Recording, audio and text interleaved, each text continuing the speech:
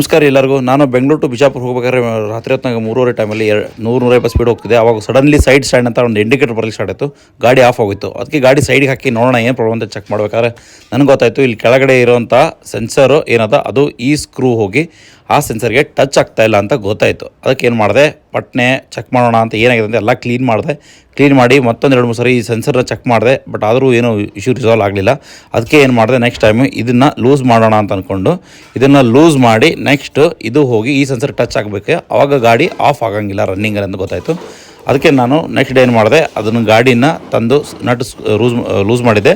ಆಮೇಲೆ ಇದಕ್ಕೆ ಒಂದು ವೈಸರ್ ಹಾಕಿ ವಾಪಸ್ ಟೈಟ್ ಮಾಡಿದಾಗ ಅವಾಗ ಪ್ರಾಪರಾಗಿ ಟೈಟ್ ಕೂತು. ಈ ಥರ ಒಂದು 10 ನಂಬರ್ದು ಒಂದು ವೈಸರ್ ಇಟ್ಕೋರಿ ಮತ್ತು ಒಂದು ಸ್ಪ್ಯಾನರ್ ಇಟ್ಕೋರಿ. ನೆಕ್ಸ್ಟ್ ಟೈಮ್ ನಿಮ್ಮ ಗಾಡಿಗೆ ಏನಾದರೂ ಈ ಥರ ಇಶ್ಯೂ ಆದರೆ ಪ್ಲೀಸ್ ಇದನ್ನು ಟ್ರೈ ಮಾಡಿರಿ ಮತ್ತು ಆರಾಮಾಗಿ ರೈಡ್ ಮಾಡ್ಬೋದು. ಈ ಥರ ವೈಸರ್ ಹಾಕಿದರೆ ಸೆನ್ಸರ್ ಈಸಿಲಿ ಟಚ್ ಆಗಿದೆ, ಏನು ಇಶ್ಯೂ ಆಗಂಗಿಲ್ಲ ಅಂತ ಹೇಳ್ತಾ ಎಲ್ಲರೂ ಇದನ್ನು ಲೈಕ್ ಆದಲ್ಲಿ ಎಲ್ಲರೂ ದಯವಿಟ್ಟು ಸಬ್ಸ್ಕ್ರೈಬ್ ಮಾಡಿ, ಲೈಕ್